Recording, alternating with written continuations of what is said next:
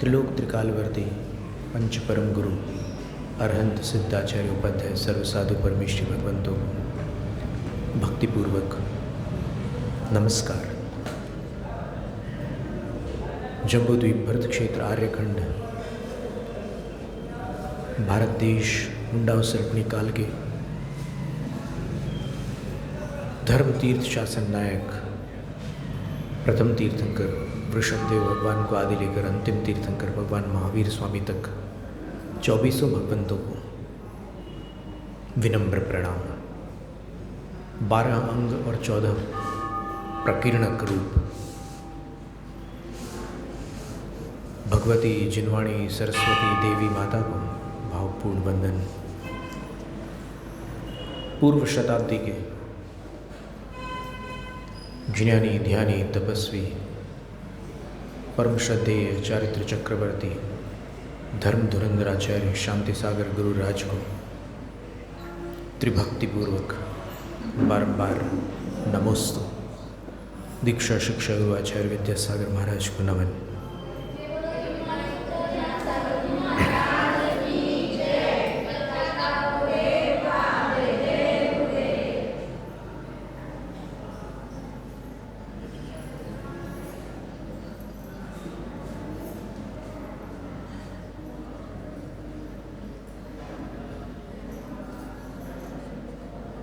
दस धर्मों की बात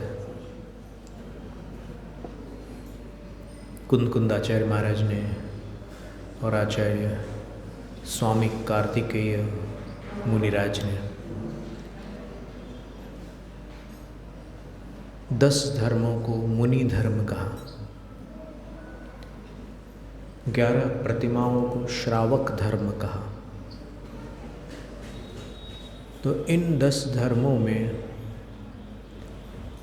जो साधु की प्रवृत्ति है उसको निर्दोष बनाने का उपक्रम है, वही अपन आगे समझते हैं।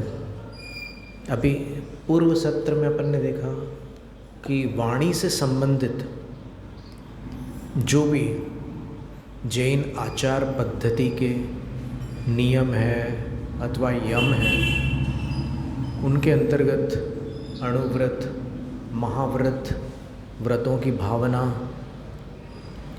वचन गुप्ती, फिर भाषा समिति और सत्य धर्म। अब सत्य धर्म से समितियां निर्दोष होगी, ये बात कैसे समझ में आई? क्योंकि आचार्य का कहना है, पूर्वाचार्यों का कहना है कि 10 धर्मों से समिति निर्दोष होती है, समिति में प्रमाद नहीं होता। तो सत्य धर्म तो जो है वो एक बहुत रहस्य की बात बता रहा हूँ। वो जो गुमराह हो रहे हैं या जो भटक रहे हैं उनको सही राह पर लाने के लिए जो उनको समझा बुझाकर, कभी विस्तार से, कभी मधुर वचनों से, कभी कटुक वचनों से भी उनको संभाला जाता है, सुधारा जाता है, वो सत्य धर्म है। तो उससे अपनी समितियां कैसे सुधरेगी? ये प्रश्न आया कि नहीं? हम एक दिन से सोच रहे हैं कि इसका उत्तर क्या हो सकता है। तो आज हमारी समझ में आया कि इसका उत्तर क्या होगा। तो आज हम आपको बता रहे हैं, वो ये है कि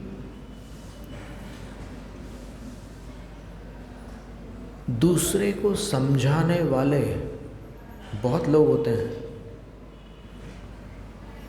लेकिन उनमें जिसके हृदय में सज्जनता होती है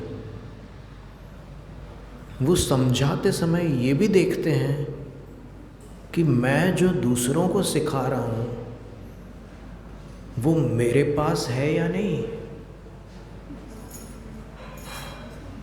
आपको समझ में आ रहा है? और ये चीज़ आती है, जैसे मान लो हम आपको कुछ बता रहे हैं कि झूठ नहीं बोलना चाहिए या ऐसा नहीं करना चाहिए, वैसा नहीं करना चाहिए, तो फिर अंतरात्मा क्या कहेगी कि तुम्हें दूसरों को सिखाने का अधिकार तब है जब तुम स्वयं उस बुराई से दूर हो। सिगरेट पीने वाला अगर किसी से कहे कि सिगरेट नहीं पीनी चाहिए, शराब पीने वाला अगर किसी से कहे कि शराब नहीं पीनी चाहिए, व्यसन करने वाला अगर किसी से कहे कि व्यसन मुक्ति बहुत ज़रूरी है देश में, अथवा और कोई बुरे काम करने वाला दूसरों को उस बुराई से दूर करने की बात करे, तो उसको सज्जन माना जाता है या दुर्जन? उसको कम से कम सज्जन तो नहीं माना जाता। तो जिसके अंदर सज्जनता होती है, जैसे यहाँ पर जो बात चल रही है वो साधुओं के धर्म की बात चल रही है। उत्तम सत्य धर्म किन का है? साधु का है।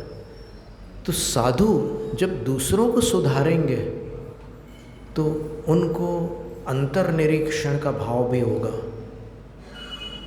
और अंतर्निरीक्षण का भाव होगा तो उनकी समितियाँ भी सुधरेगी,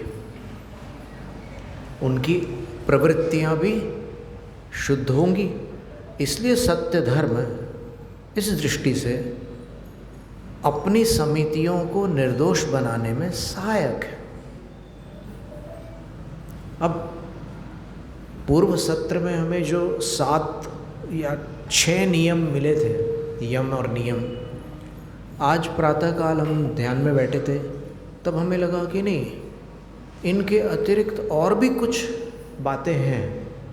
हम स्वाध्याय कर रहे थे तो हमने देखा कि आज संयम धर्म है, और संयम धर्म के विषय में एक तो संयम वो होता है जो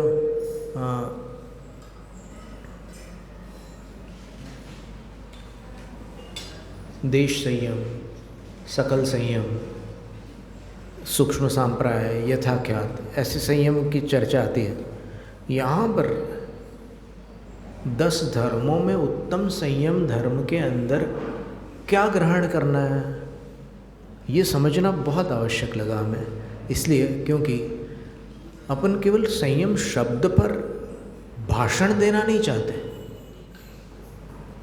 संयम धर्म, और वो भी उत्तम संयम धर्म। अभी तक हमने उत्तम शब्द का अर्थ नहीं बताया इतने दिनों में, क्योंकि हमें लग रहा था कि समय आने पर बताना ज़्यादा अच्छा रहेगा, तब आपको अंदर तक बैठ जाएगी वो बात।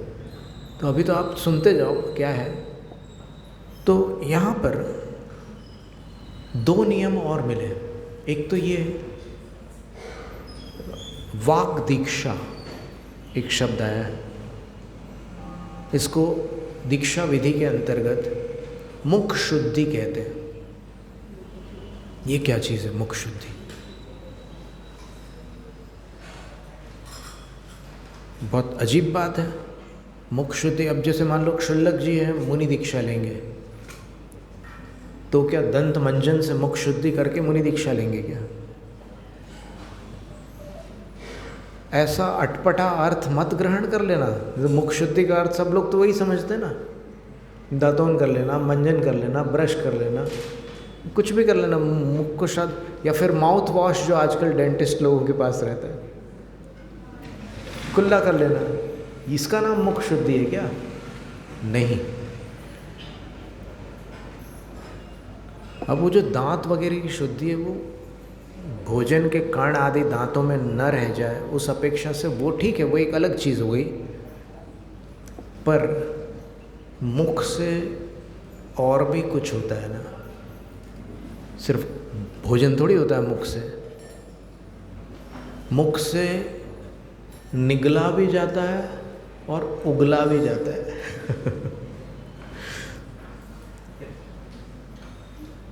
जब कोई कड़वे शब्द बोलता है तो उसको क्या कहते हैं कि आज तुमको क्या हो गया, विष क्यों उगल रहे हो?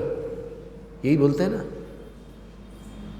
तो वो जो बाहर निकल रहा है उसकी शुद्धि का नाम मुख शुद्धि है। दीक्षा जिस दिन होती है उस दिन मुख शुद्धि नहीं की जाती, उस महीने में की जाती है। क्योंकि दीक्षा के बाद क्या नहीं बोलना है और क्या बोलना है इसकी शिक्षा गुरु देते हैं कि देखो तुम्हें अभी 10 प्रकार की भाषा नहीं बोलनी है, अभी पुरानी आदत पड़ी हुई, अभी छोड़ना है तुम्हें। जैसे उदाहरण के लिए हम अपने बारे में बताएं, हमारी दीक्षा 8 तारीख को हुई थी और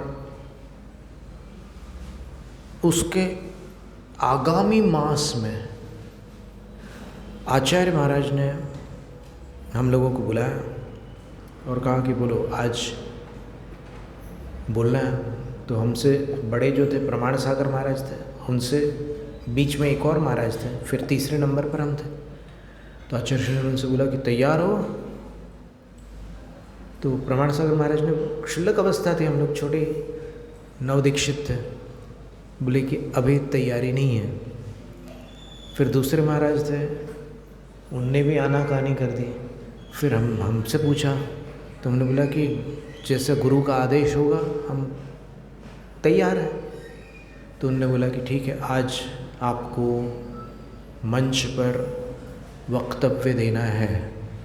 इसका नाम मुख शुद्धि, देखिए आप। और वक्तव्य ऐसा देना है कि आपको शास्त्र में जो भाषा की मर्यादा बताई है दीक्षा के बाद, उसका पूरी तरह ध्यान रखकर सावधानी से बोलना है। इसको वाग दीक्षा कहते हैं। और वाग दीक्षा उसी दिन बोलने नहीं देते, दीक्षा के दिन गुरु उनको बोलने नहीं देते। उसके पहले बोल सकते हो, निवेदन कर सकते हैं कि मुझे दीक्षा दीजिए, लेकिन दीक्षा के बाद जो भी बोलना है तो एक कालावधि है, उस कालावधि में वो प्रशिक्षित हो जाए कि मुझे किन वचनों से बचना है, और उसके बाद फिर वो बोलते हैं। तो 10 प्रकार के वचन त्याज्य बताए हैं साधु के लिए। और आचार्य श्री पढ़ा चुके हैं, मूलाचार्य प्रदीप के पढ़ाते समय उन्होंने बताया था कि ये 10 वचन नहीं बोले जाते हैं। देखो गृहस्थी में इन सारी बातों का कोई वो विशेष महत्व नहीं है, वो तो जहाँ जैसा चलता है वैसा चलता है। शठे शाठ्यम समाचरित, और फिर गृहे अभिमानो न कर्तव्य, घर पे घमंडी बन करके बात नहीं करनी। घर में वो पिताजी जो बोलेंगे ए इधर आ, तो फिर वो ए इधर आ चलेगा वहाँ पर। पिताजी अगर बोल रहे हैं ए इधर आ, तो फिर मेरे को ऐसे कैसे बोल दिया पिताजी ने, मैं इतना बड़ा अफसर बन गया हूँ या इतना बड़ा सेलिब्रिटी हो गया हूँ, इतना हो गया। बड़ा हो गया लेकिन उनसे बड़ा नहीं हो गया। एक बार आनंद जी, नाम सुना आपने, संगीतकार, उन्होंने एक विष्णु के 10 अवतार पर एक गीत किसी गीतकार से लिखवाया था। उसमें उन्होंने आदिनाथ भगवान का समावेश किया और बोले कि जो इतर संप्रदाय में उनके अवतार माने जाते हैं, उनमें से प्रधान अवतार वृषभ देव थे, और बाकी सब अवतारों ने अपने अपने कर्तव्य पूरे किए, लेकिन वृषभ देव ने मुक्ति का मार्ग बताया, अन्य किसी ने नहीं। ये पंक्ति उन्होंने अपने गीत में जोड़ी है। तो वो अपने पुत्र को लेकर अपने पिताजी के यहाँ गए पहली बार, क्योंकि मुंबई में रहते हैं। अब वो वहाँ गए गुजरात में, उनका घर पुराना जहाँ बचपन में रहते थे। तो फिर उनके पिताजी क्या बोलते हैं, मतलब गुजराती में, गधेड़ो आवी गयो। तो वो जो बालक, उनका जो पुत्र था, उसका चेहरा उतर गया कि मेरे पिताजी के पैर छूते हैं बड़े बड़े विश्व के नामी लोग मेरे पिता के पैर छूते हैं और दादाजी इनको गधेड़ा बोल रहे हैं। गधेड़ा का मतलब क्या होता है? गधा।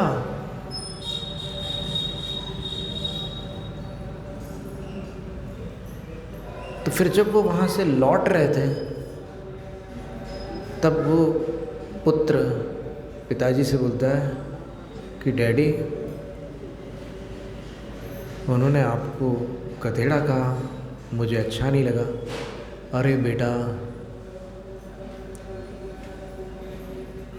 तू समझ नहीं पाया बात को। देख, मैं इसी शब्द को सुनने के लिए मुंबई से यहाँ आया। क्यों? बोले कि देख, प्रशंसा से मनुष्य का पतन होता है और कठोर शब्दों से, बड़ों की डांट से मनुष्य सुधरता है। और ये तो मुझे प्रेम से बोल रहे थे,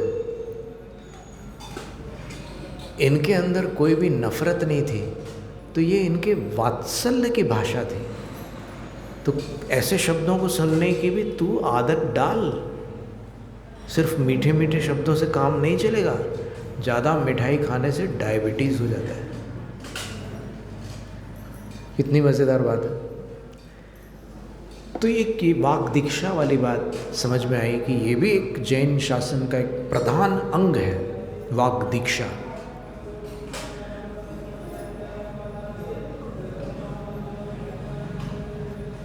फिर संयम धर्म के अंतर्गत एक बात, वो आज अपन देखते हैं।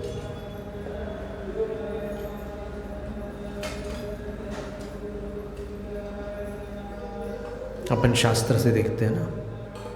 फिर व्यावहारिक जगत में आप लोगों के लिए संयम का क्या उपयोग है, उसकी थोड़ी सी चर्चा कर लेंगे, ठीक है। अब साधुओं का जो संयम है उसकी पहले चर्चा करते हैं।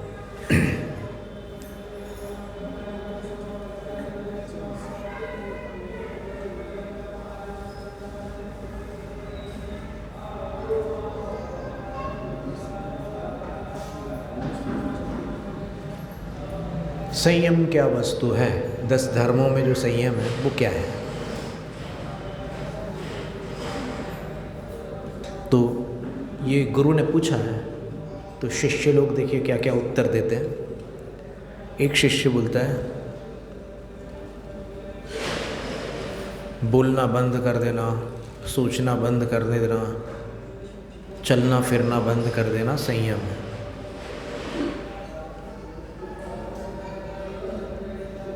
तो गुरु बोलते हैं कि नहीं, ये तो गुप्ती है। मौन हो जाना, ऐसे बैठ जाना और मन को शांत कर लेना, ये गुप्ती है, संयम नहीं है। अपरा दूसरा शिष्य कहता है, कायादि प्रवृत्तिर विशिष्टा संयम। मन वचन काय की विशेष प्रवृत्ति करना संयम है। तो आचार्य क्या कहते हैं, नापि कायादि प्रवृत्तिर विशिष्टा समिति प्रसंगात। शरीर आदि की विशेष प्रवृत्ति भी संयम नहीं है, क्योंकि उसको समिति कहते हैं।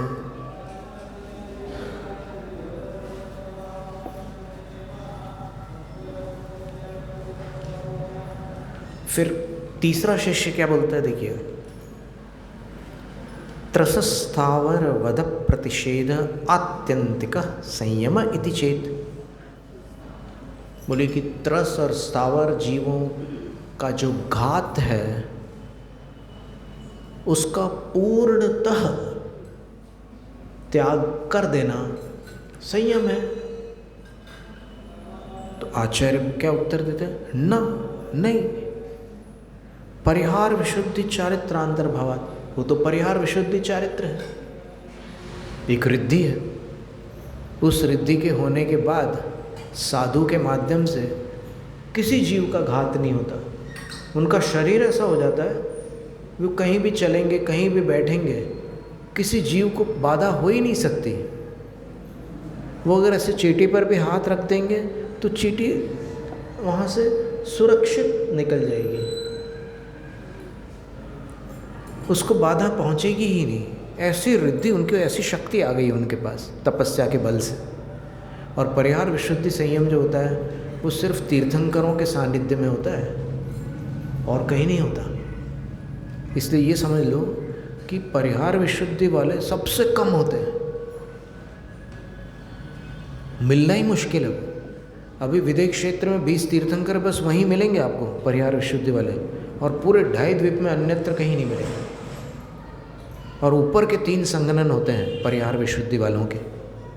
कम्मपैडी ग्रंथ में लिखा है टीका में कि परिहार विशुद्धि उन्हीं मुनियों को होती है जिनके पास ऊपर के 3 संगनन हो।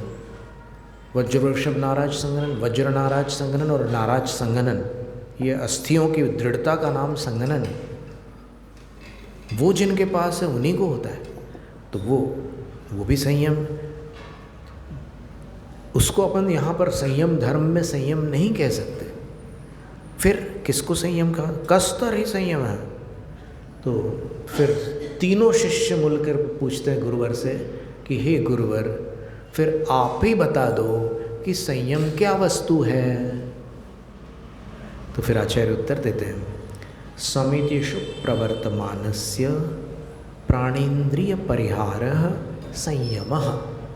जो 5 समिति रूप प्रवृत्ति कर रहे हैं, समितियों में प्रवर्तमान है, ऐसे साधु का प्राणेन्द्रिय परिहारः, 5 स्थावर और 1 त्रस, इन जीवों की रक्षा करना और इंद्रिय और मन को वश में रखना संयम है। तो संयम धर्म में संयम किसको कहा? षटकाय जीवों की विराधना से बचने को और इंद्रिय और मन को वश में रखने को। तो कुल कितने हुए? षटकाय जीवों की विराधना से बचना, ये 6 हो गए, और इंद्रिय और मन कितने हुए? इंद्रिय कितनी होती है? 5 और मन 6, तो 6 और 6 12, बस इसका नाम संयम है। अतोपहृत संयम भेद सिद्धि, इससे ये सिद्ध हुआ कि यहाँ पर उपेक्षा संयम की चर्चा नहीं है।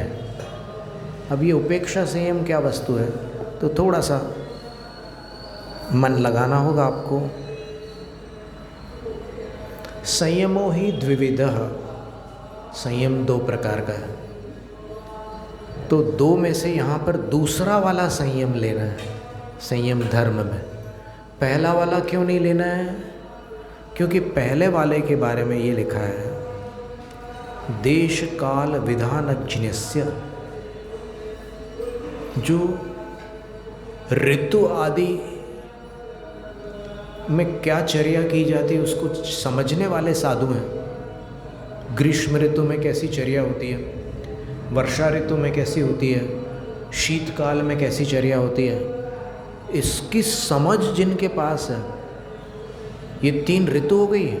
इसी प्रकार 3 प्रकार के स्थान बताए हैं मूलाचार ग्रंथ में और कल्याणकारक ग्रंथ में। कौन से 3 प्रकार के स्थान?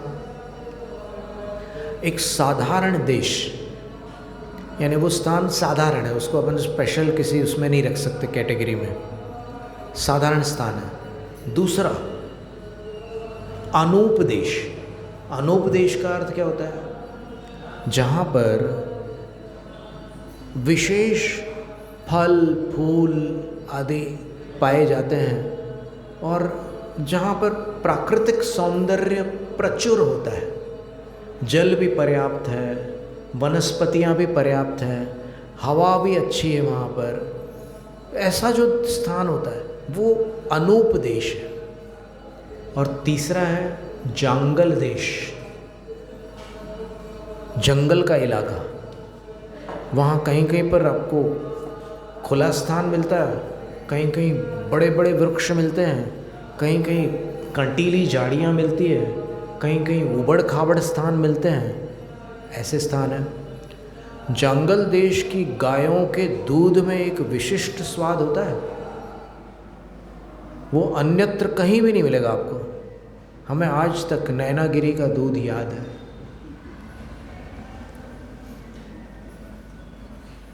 वो अन्यत्र इसलिए नहीं हो सकता क्योंकि वहाँ की गायों को कहीं ऊपर नीचे जाना ही नहीं पड़ता, प्लेन चलना पड़ता है। तो वो जंगल वाली जो गायें रहती है, जंगल देश वाली जो गायें होती है, उनका दूध अलग प्रकार का होता है। तो इन तीनों स्थानों में कैसा भोजन लेना, कैसा नहीं लेना, तीनों ऋतुओं में कैसा भोजन लेना, कैसा नहीं लेना, कैसे शयन करना, कैसे गमन करना, इन सब बातों को जो जानते हैं और परानुपरोधेन उत्सृष्ट कायस्य, बिना किसी दूसरों के आग्रह के जिन्होंने स्वतः कायोत्सर्ग धारण किया है। देखो, प्रथम संयम की बात कर रहे हैं, दो प्रकार का संयम। इसमें प्रथम संयम ऐसा है कि जो कायोत्सर्ग वाले साधु हैं उनका संयम, और त्रिधा गुप्तस्य, तीन गुप्तियाँ भी उनके पास हैं, मन गुप्ती, वचन गुप्ती और काय गुप्ती, तीनों गुप्तियाँ हैं उनमें। और राग द्वेषान अभिष्वंग लक्षण उपेक्षा संयम है। राग द्वेष से जो रहित है, राग अभिष्वंग का अर्थ होता है आसक्ति, रागासक्ति द्वेषासक्ति से जो पार हो चुके हैं, अर्थात जो पूर्णतः समता भावी है, जो वीतराग है, जो शुद्धोपयोगी है, उनका संयम उपेक्षा संयम होता है। और आचार्य क्या कह रहे हैं कि उत्तम संयम धर्म में दूसरा वाला संयम होता है। इसका अर्थ स्पष्ट हो गया कि शुद्धोपयोग की यहाँ चर्चा नहीं है। तो अपहृत संयम, ये उपेक्षा संयम शुद्धोपयोग हो गया। अपहृत संयम क्या है? त्रिविध, तीन प्रकार का, उत्कृष्ट, मध्यम और जघन्य। उत्कृष्ट क्या है? तत्र प्रासुक वसत्याहार मात्र बाह्य साधनस्य, जो केवल प्रासुक स्थान पर निवास करते हैं, प्रासुक आहार मात्र बाह्य साधन के रूप में अपनाते हैं, और स्वाधीनेतर ज्ञान चरण करण से, उनका ज्ञान और चारित्र अपने अधीन है अथवा गुरु के अधीन है। बाह्य जंतुपनिपाते, अगर कोई बाहर से जीव जंतु आ जाए उनके स्थान पर तो क्या करते हैं वो? मान लो चौके में आहार के लिए गए हैं और वहाँ बहुत सी चींटियाँ निकल जाए तो क्या करते हैं? तो इसमें उत्तर दिया है, आत्मानं ततोपहृत्य जीवान परिपालयतः उत्कृष्ट। उत्कृष्ट संयमी होंगे तो फिर वो वहाँ से बाहर निकल जाएंगे, आहार छोड़ के निकल जाएंगे, या फिर जिस कक्ष में ठहरे वहाँ अगर जीव जंतु अधिक हो गए तो वो स्थान छोड़ देंगे और जीवों की रक्षा करेंगे। एक बात, मध्यम में क्या करेंगे? मृदुना प्रमृज्य जंतून परिहरतः मध्यम, पिच्छे आदि का प्रयोग करके उन जीवों की रक्षा करेंगे, तो मध्यम हो गया। और उपकरणांतरेण इच्छया जगन्य, और किसी अन्य उपकरण से मनमाने ढंग से अगर वो उन जीवों की रक्षा करते हैं, जैसे मान लो चींटियाँ आ गई तो पिच्छी से उनका मार्जन न करके चटाई के जो तृण हैं उनको निकाल कर उन पर उसको उठा करके फिर अलग करेंगे, तो फिर वो जघन्य श्रेणी में गिना जाएगा। और अब सबसे महत्व की बात जो है संयम की, वो ये है कि इस संयम की रक्षा के लिए शुभोपयोग रूप जो संयम मुनिराज का है उसके लिए 8 शुद्धियाँ हैं। तत्प्रतिपादनार्थ शुद्ध्यष्टकोपदेशः, उस अपहृत संयम का विस्तार से वर्णन करने के लिए 8 शुद्धियों का उपदेश जानने योग्य है, मानने योग्य है, समझने योग्य है। तद यथा, कौन सी 8 शुद्धियाँ हैं?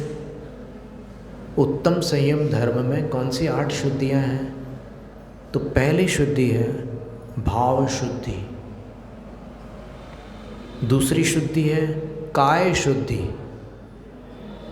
जो गृहस्थ लोग आहार दान के समय नवोपचार विधि में काय शुद्धि बोलते हैं, मन शुद्धि, वचन शुद्धि, काय शुद्धि, वो अलग है, वो गृहस्थों की शुद्धि है।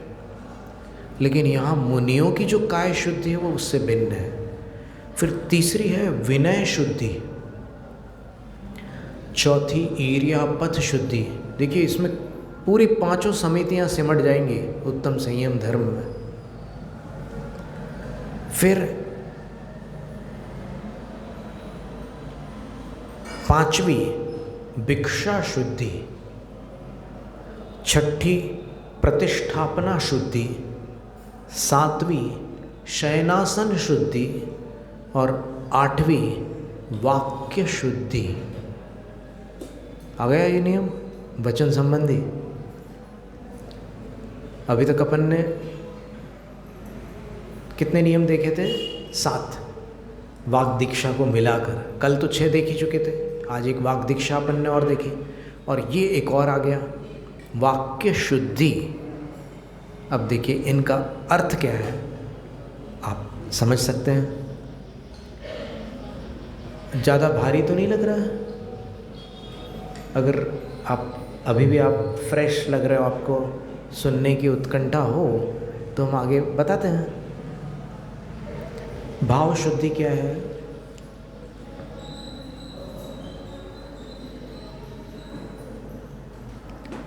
कर्म क्षयोपशम जनिता। भाव शुद्धि का अर्थ होता है कर्मों के क्षयोपशम से उत्पन्न हुई जो शुद्धि है वो कैसी होती है? वो मोक्ष मार्ग रुच्याहित प्रसादा, सम्यक दर्शन के कारण उसमें एक पवित्रता है।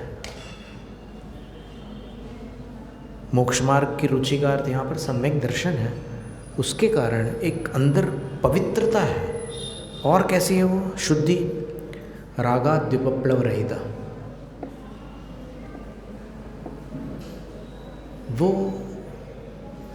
हमेशा होश में रहते हैं, जोश में नहीं आते। बड़ी बात है। कभी कभी जोश आता है, पर फिर भी वो संयम की सीमा का उल्लंघन नहीं करते। तस्याम सत्याः सत्याम आचार प्रकाशते परिशुद्ध भित्तिगत चित्र कर्मवत। बहुत सुंदर सुंदर उदाहरण दिए उन्होंने, और इसके कोई अपने संस्मरण होंगे कोई साधुओं के, तो वो हम बताते जाएंगे बीच बीच में, ठीक है? बोले कि भाव शुद्धि के होने पर स्वच्छ दीवार पर बनाए गए चित्र के समान अपने आचरण की शुद्धि प्रकाशित होती है। भाव शुद्धि अगर नहीं होगी तो फिर आचरण की शुद्धि बन नहीं सकेगी। दूसरी है काय शुद्धि। निस्संदेह आप लोग उत्कंठित होंगे कि साधु की काय शुद्धि क्या वस्तु है, तो बता रहे हैं निरावरणाभरणा। आवरण भी नहीं, आभरण भी नहीं। आवरण का अर्थ वस्त्र और आभरण का अर्थ आभूषण। इन दोनों के वो त्यागी हैं, ये उनकी काय शुद्धि है साधु की। और निरस्त संस्कार, सजावट से रहित, शरीर की सजावट नहीं करते। मान लो साधु के बाल बड़े हो जाए तो फिर वो पानी वानी लगा करके ऐसे सेटिंग वेटिंग नहीं करेंगे, ऐसे ये नहीं करेंगे। निरस्त संस्कार। और यथाजात मलधारिणी, यथाजात का अर्थ है जन्मे हुए बालक जैसी उनकी मुद्रा है। और बच्चे कभी कभी ऐसे रेत में खेलते हैं, कीचड़ में चले जाते हैं, तो कभी उनके नाक के ऊपर कुछ कीचड़ लगा रहता है, कभी उनके घुटने पर कुछ लगा रहता है, कभी हाथ में लगा, तो बच्चे को कोई परवाह नहीं होती उसकी, मस्त खेलता रहता हो। इसी प्रकार साधु के शरीर पर अगर धूल जम जाती है, कई बार ऐसा होता है ना, ग्रीष्म काल में पसीना आ रहा है, धूल उड़ रही है, तो धूल आकर के चिपक जाती है शरीर पर।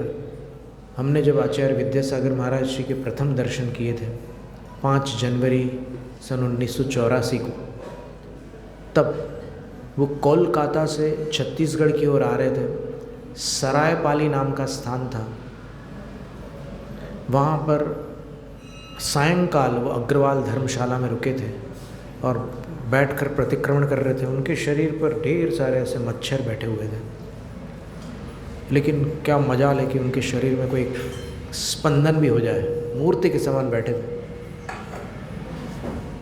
और यहाँ हाथों पर ऐसे धूल जमी हुई थी, इतना लंबा विहार करके आ रहे थे, ऐसे धूल जमी हुई थी, मोटी परत। यहाँ कमर के पास पीछे की तरफ भी धूल जमी हुई थी, यहाँ वक्षस्थल पर भी धूल थी, ऐसी धूल जमी हुई है। इसको यहाँ पर तत्वार्थ वार्तिक ग्रंथ में काय शुद्धि कह रहे हैं। समझ में आया कुछ? दुनिया से उल्टी रीत। दुनिया में अगर किसी को धूल जम जाए तो फिर अशुद्धि बोलते हैं, उसको साफ करना पड़ता है। यहाँ पर साधु पर अगर धूल जमी है तो वो काय शुद्धि की श्रेणी में आती है। कितनी अद्भुत बात है। और निराकृतांग विकारा, उनके शरीर में कहीं भी आप विकार के दर्शन नहीं कर सकते। संपूर्ण दिगंबर मुद्रा निर्विकार होती उनकी। न उनके आँखों में विकार है, न होठों में विकार है, न नासिका, न ललाट पर। कई प्रकार के विकार होते हैं। क्रोध आता है तो ललाट पर एक ऐसी खड़ी रेखा बनती है, दो इस तरफ खड़ी रेखा बनती है। चिंता होती है तो आड़ी रेखाएं बनती है। दुख होता है तो फिर ऐसे कुछ अजीब तरह की थोड़ी खड़ी थोड़ी आड़ी ऐसे बीच में उठी ऐसे दुखी से वो अलग एक मुद्रा बनती है चेहरे की। ये विकृतियाँ वहाँ पर दिगंबर मुद्रा में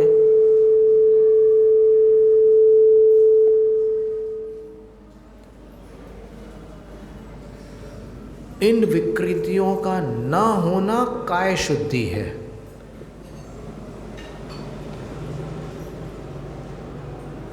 इसीलिए प्रवचन सार ग्रंथ में लिखा है कि दीक्षा का पात्र कौन है, तो बोले सुमुह, जिनका मुख सौम्य है। वो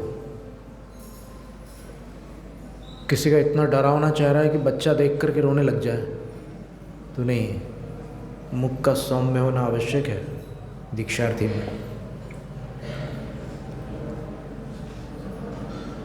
सर्वत्र प्रयत वृत्ति, और वो शरीर से जो भी चेष्टा करेंगे ना तो सावधानी के साथ ही उनकी चेष्टाएं होंगी। ये भी काय शुद्धि में सम्मिलित है। और फिर प्रशम सुखम मुहूर्तम एवं प्रदर्शयन्ती थी उनकी मुद्रा। मुनिराज की जो दिगंबर मुद्रा है, बहुत ही सुंदर बात लिखी हुई है। उसके विषय में ये कह रहे हैं आचार्य कि उनकी छवि को देखकर ऐसा लगता है कि सुख दो प्रकार के होते हैं, एक अशांत सुख और दूसरा शांत सुख। कितना विचित्र विवेचन। जैनाचार्यों का जो वर्गीकरण है उसका कोई मुकाबला नहीं है, अद्वितीय है। क्या क्लासिफाई किया उन्होंने? सुख के दो भेद कर दिए। अशांत सुख, विषयों से जो सुख प्राप्त होता है वो अशांत सुख है। और प्रशम सुख शांत सुख है। जो इच्छाओं के अभाव में होने वाला सुख है वो शांत सुख है। उस सुख का आकार है साधु की मुद्रा। साधु की जो दिगंबर छवि है वो उस शांत सुख की आकृति है। उनकी छवि दिखा रही है कि अंदर शांत सुख भरा हुआ है। छवि से पता चलता है ना, बॉडी लैंग्वेज नाम की कोई चीज़ होती है, पता चल जाता है कि उसके अंदर क्या है और बाहर क्या दिखा रहा है। चेष्टाओं से मालूम पड़ जाता है। तस्याम सत्याम न स्वतोन्यस्य भयम उपजायते नान्यतस्तस्य। क्या सुंदर बात लिखी है कि काय शुद्धि के होने पर अपने से दूसरे को डर नहीं उत्पन्न होता और दूसरे से अपने को डर उत्पन्न नहीं होता।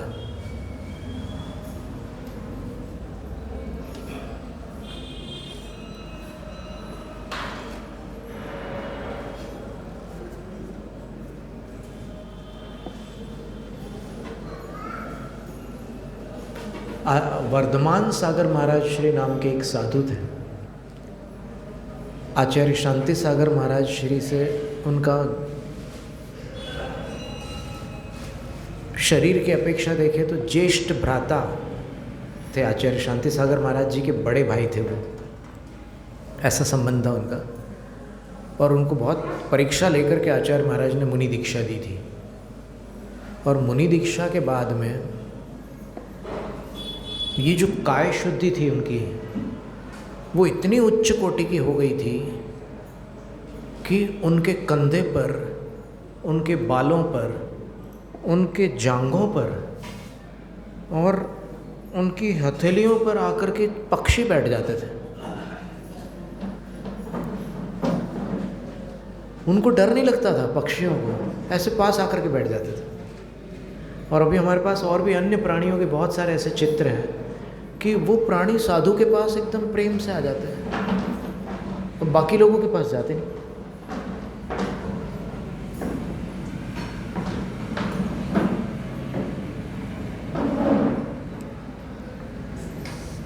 ये काय शुद्धि, उत्तम संयम धर्म में बहुत सुंदर सुंदर बातें हैं। इसके उपरांत है विनय शुद्धि। विनय शुद्धि क्या है? आचार्य अकलंक देव के वचन है। ये ट्रेवल थोड़ा कम कर दीजिए, सीटी आ रही है।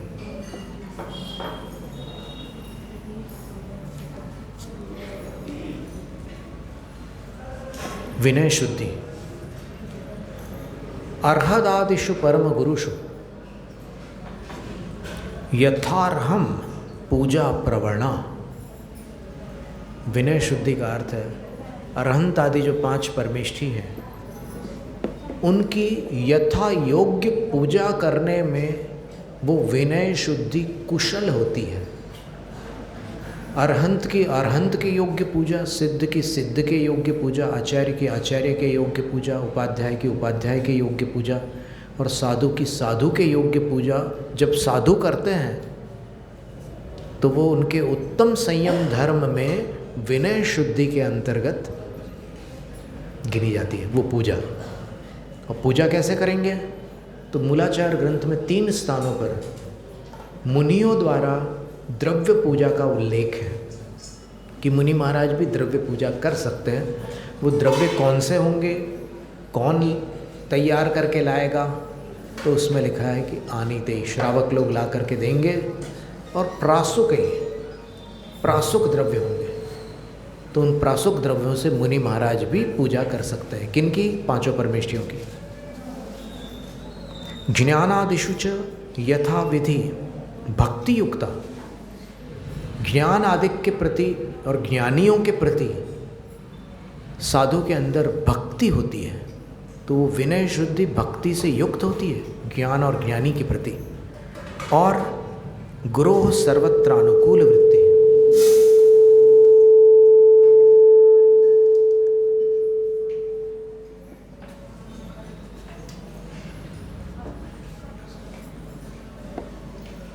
हर जगह है, सामने पीछे हर जगह गुरु के अनुकूल प्रवृत्ति करना भी विनय शुद्धि में आता है। गुरु के विरुद्ध प्रवृत्ति नहीं करना, ठीक है। तो गुरु के अनुकूल प्रवृत्ति करने का मतलब ये हुआ कि अपने को ये देखना होगा कि गुरु किसके अनुकूल है, आगम के अनुकूल। तो आगम के अनुकूल, गुरु के अनुकूल प्रवृत्ति करने का नाम विनय शुद्धि है।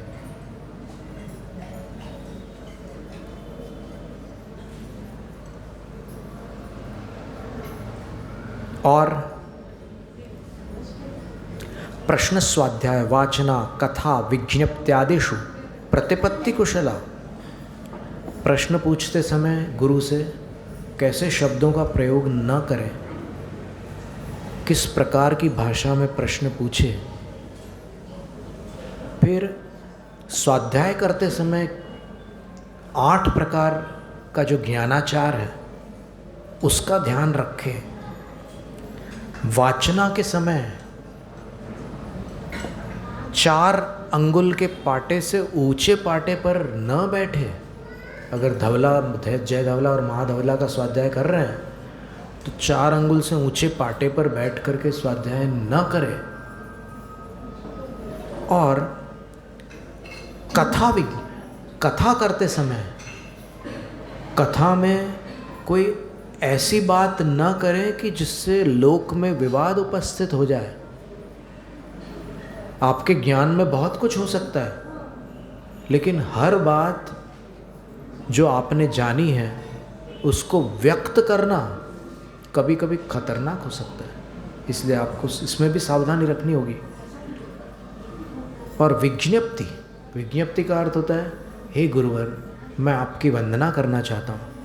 उनसे निवेदन करते हैं, उनसे अनुमति लेते हैं। इन सब क्रियाओं में प्रतिपत्ति कुशला, विनय की सीमा का उल्लंघन न करते हुए प्रवृत्ति करने का नाम विनय शुद्धि है।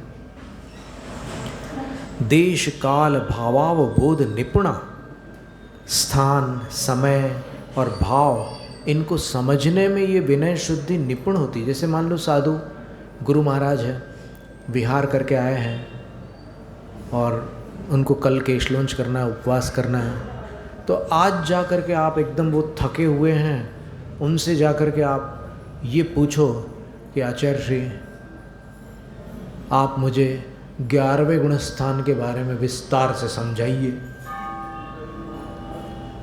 तो अभी उनका गला सूख रहा है और आप उनसे विस्तार से समझाइए कह रहे हैं, ये आपकी शुद्धि नहीं मानी जाएगी। तो ये सारी बातें जान करके, देख करके वैयावृत्ति करते समय अपना पसीना उनके शरीर को न लगे, अपनी सांसों से उनको बाधा न पहुँचे और अपने मुख से छींटे उनके ऊपर न पड़े और अपने हाथों से, अपने नाखून से उनके शरीर को क्षति न हो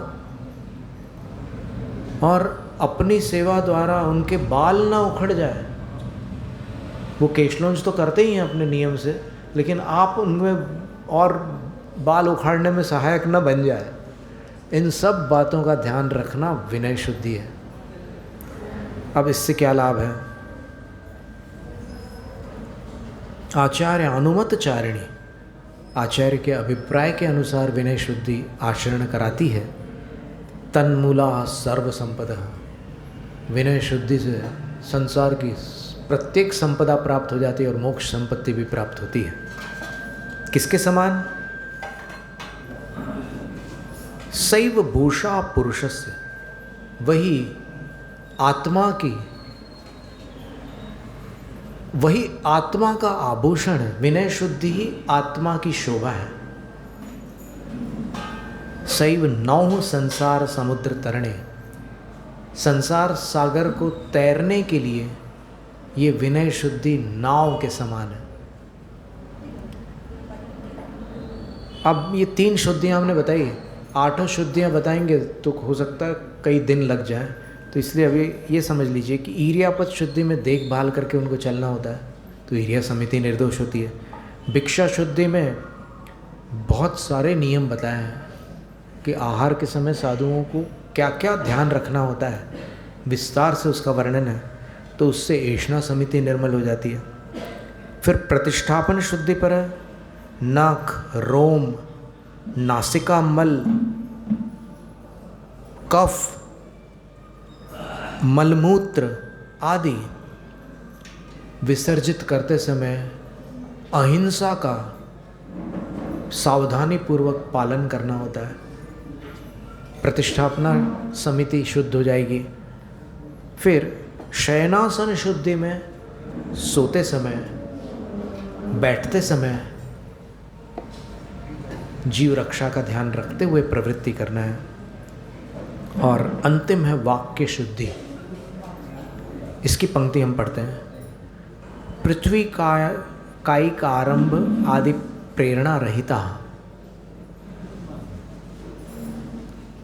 आरंभ की प्रेरणा से रहित। अरे तुम लोग क्या कर रहे हो, कपूर जलाओ कपूर, ऐसा नहीं बोल सकते। साधु प्रेरणा नहीं दे सकते स्थावर जीवों की जिसमें विराधना हो रही है ऐसी क्रिया में। और जमीन खोदने का भी निर्देश नहीं दे सकते, पत्थर तोड़ने का भी उपदेश नहीं दे सकते, वनस्पतियों के छेदन का भी उपदेश नहीं दे सकते। अरे क्या तुम छोटे छोटे फूल लेकर के आए, जाओ बड़े फूल तोड़ कर लाओ, ये भाषा साधु की भाषा नहीं है, साधु नहीं बोल सकते। ये वाक्य शुद्धि के अंतर्गत इन सब का निषेध है। और कौन सी भाषा नहीं बोलेंगे? परुष, निष्ठुर आदि पर पीड़ा कर प्रयोग निरुत्सुका, ऐसी कोई बात नहीं बोलेंगे जिससे किसी को पीड़ा पहुंचे। दूसरों को पीड़ित करने वाले वचन साधु नहीं बोल सकते।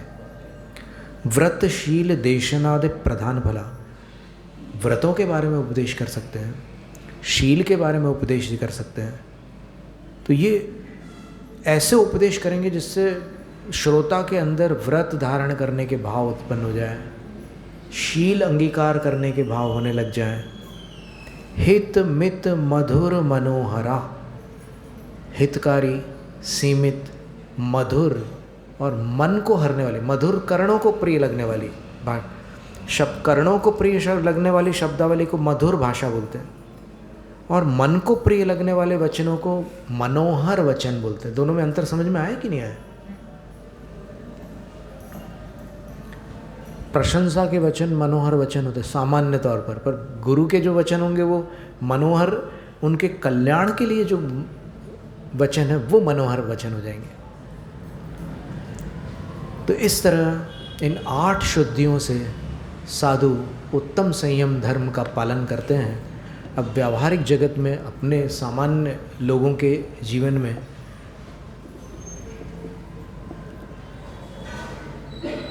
चार बातें हैं। एक बार किसी कन्वेंशनल कार्डियोलॉजिस्ट जबलपुर की डॉक्टर लेखा पाठक से एक इंटरव्यू लेने वाले ने पूछा कि तंदुरुस्ती के लिए, ख़ास तौर पर हृदय को स्वस्थ रखने के लिए क्या ज़रूरी है?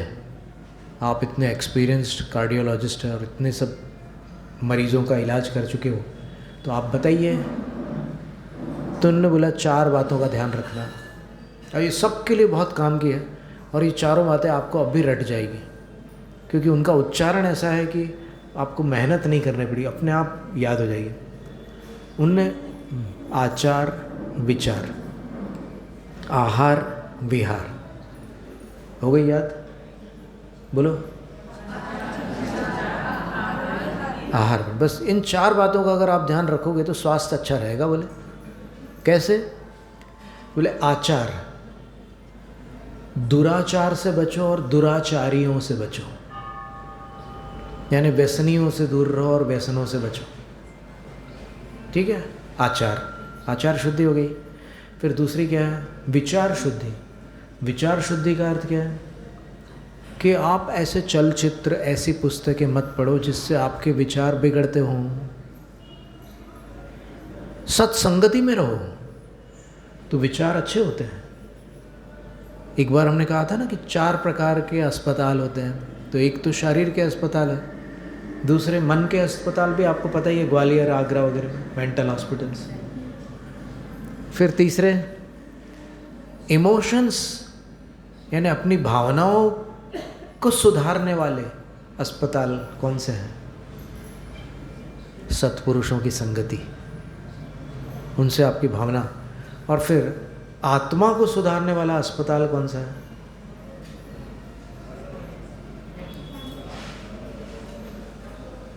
जो शुद्धोपयोग में रुचि, ध्यान प्रेमी जो साधु हैं,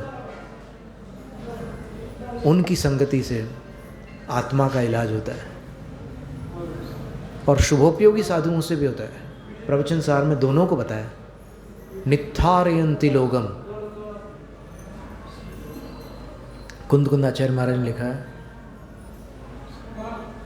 यदि हमारे उपदेशों से किसी को डिस्टर्ब हो रहा हो तो फिर हम इसको पूरा कर लेते हैं यहीं पर। आचार विचार, फिर आहार। आहार के विषय में एक नियम है, हमने कुछ इस्लामिक सूफ़ी संतों के मुख से भी निकले हुए वाक्य पढ़े थे, तो उसमें भी वही पंक्तियाँ थी जो मूलाचार में आई है। मूलाचार ग्रंथ में एक पंक्ति आती है, एक गाथा आती है, उसमें लिखा है कि ठोस भोजन आधा पेट भरिए और पानी 1/4 और बाकी कुछ पेट खाली रखिए। आप भोजन करने के बाद आप ऐसे जांच कर सकते हैं, ऐसे पेट को थोड़ा अंदर लीजिए ऐसे, अगर 1 मिलीमीटर भी अंदर ना जाए तो समझना कि कबाड़ा हो गया, शरीर का कल्याण हो गया।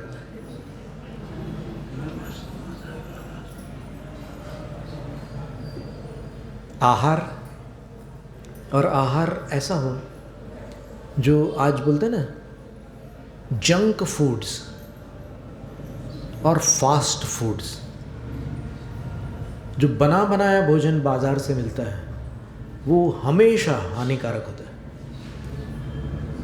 कभी भी उससे लाभ नहीं होता है। और जो आप घर पर बनाते हैं वो लाभकारी होता है। ललितपुर के एक सज्जन ने बताया था कि जो पालक पनीर होटल में तैयार होता है,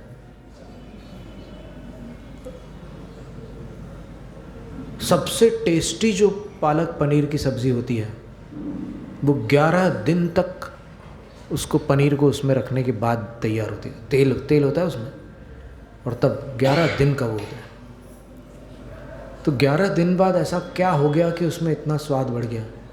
तो उसमें जो जीव जंतु उत्पन्न हो गए वो ऐसे नामकर्म वाले जीव जंतु है कि जो मनुष्य की जिह्वा को प्रिय लगते हैं।